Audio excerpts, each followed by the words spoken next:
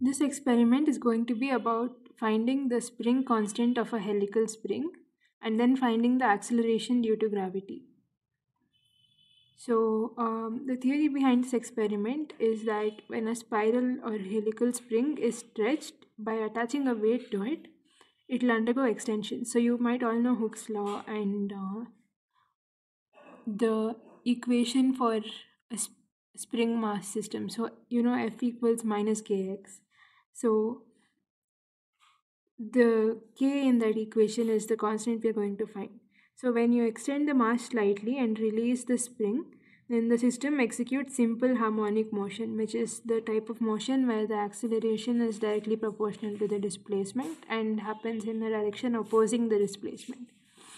So when the mass is slightly stretched and released, that happens. So for such oscillations, basically the equation for this is t square is equal to 4 pi square m by k plus 4 pi square s by k. So as we all know, the angular frequency in a simple harmonic motion is given by under root k by m, where k is the spring constant basically and m is the mass of the system. So in this case, because our spring cannot be considered to be weightless in real life, obviously, so the effective mass of the system will be the mass of the spring plus the mass which we attach to the spring to make the displacement happen. So because the angular frequency omega is given by root k by m and also 2 pi by t is equal to omega, where t is the time period. So using these two equations, you can say that time period is equal to 2 pi under root mass by k.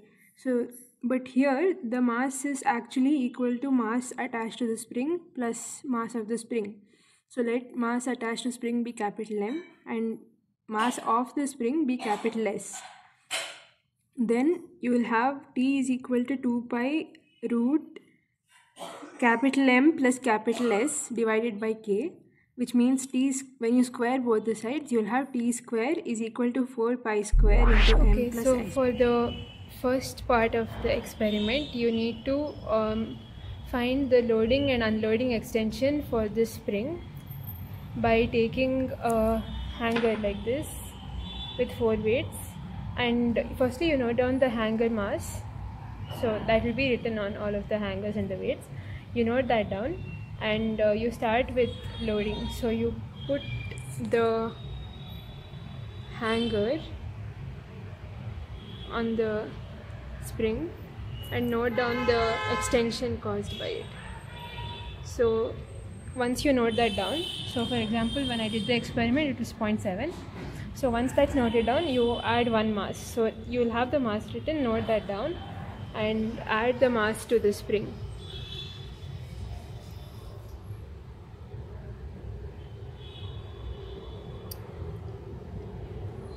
So once you add the mass and it stabilizes, you have to wait for it to stabilize.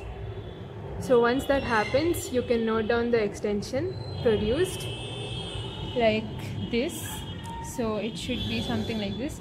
You note down the extension and repeat the same for the next 3 masses. So once that is done for all the 5 masses, you need to note down the same extension for unloading. So now we fill this column.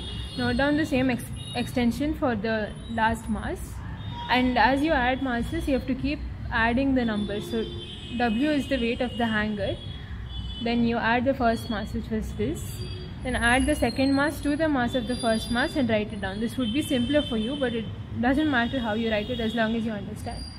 So you don't have to write W as well. You can start with 45.89 here. Do it whichever way is comfortable for you. And once you note down the same extension for unloading, you have to unload one of the weights and note down the new extension's value, and again repeat the same for unloading all of the masses until you're left with the hanger. So once that is done, so that's the hanger. There will be 0.1 or so difference once in a while. That's the reason why we note down loading and unloading separately. And once that is done, you have to calculate the mean of unloading and loading, which is this plus this divided by 2. So that's the mean. And then for extension, so this is the main thing that we're going to find. Extension will be from the mean column. The first extension, for example, will be this second r, mean r, minus first mean r. So that will be the first delta y. And similarly, the second one will be third one minus second one here. And then the third extension will be fourth one minus third one, and so on. So once you have all the delta y's, you can find extension per unit mass. That is this value divided by the change in the mass. So because this is the first mass, delta m will be this minus this, which is 49.98, basically the first mass that you added to the hanger, and so on. So you divide this divided by whatever you got for the difference of second one minus first one, third one minus second one, same as what we did for delta y. Divide both of them and you will have extension per unit mass. So once you find all the values, they should be similar to each other, because you need to find the mean of this value for the extension per unit mass by the spring. So for the second part of the experiment, we need to find the time period of oscillations for different masses that you have hung from the spring. So I will show you why we are starting with the highest mass and going to the second highest, which was this one in the first table, and why we can't do it with the hanger. So that's because when you try to create oscillations with the hanger, it's really small and it's not a significant oscillation, so you can't use hanger. So you will only have 4 entries in this table, and you have to start with the highest mass. So for the first half, if you were following this system where you write W as the hanger mass and add the sums of the masses as you go on, don't be confused. This value is just this mass of the 4 weights plus the mass of the hanger. So that's the maximum mass which you can add to the spring. So now you start with that one. So for noting down the time taken for 20 oscillations, you start by lifting the spring up like this, and the moment you leave it, you have to start the stopwatch. So 3, 2, 1, 4, 5, 6, 7, 8, 9, 10, 11, 12, 13, 14, 15, 16, 17, 18, 19, 20. So in the same way, you will have to take 3 trials and repeat the same process for different masses. So this was 224.23, which is all the 4 masses plus the hanger. So as you go on removing each mass, you will see that as the mass reduces, that is, the time period will become shorter. So then once you do 3 tiles for each mass, you will find the mean time, which is this plus this plus this divided by 3. So that's the mean time for all of them.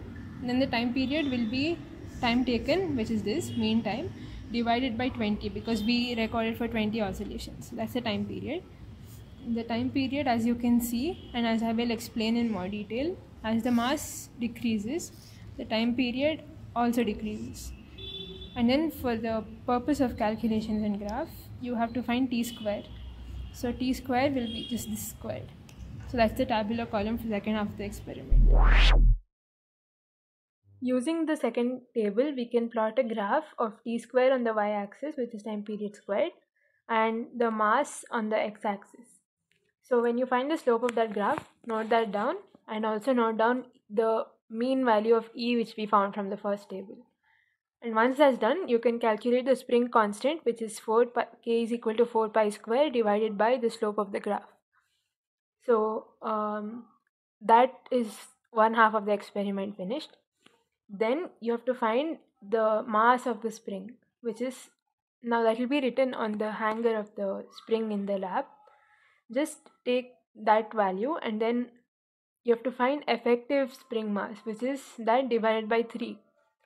So here it's 32 divided by 3, and then convert it to kgs. That's very important. So that's around 0.01 kgs. That's the effective spring mass. Then finally, you have to calculate acceleration due to gravity, which is small g, which is given by, from the formula that we discussed earlier, it will be 4 pi square into mass that we attached plus effective spring mass that we just found, whole thing multiplied by E, which is extension per unit mass, and then divided by t square, which is time period.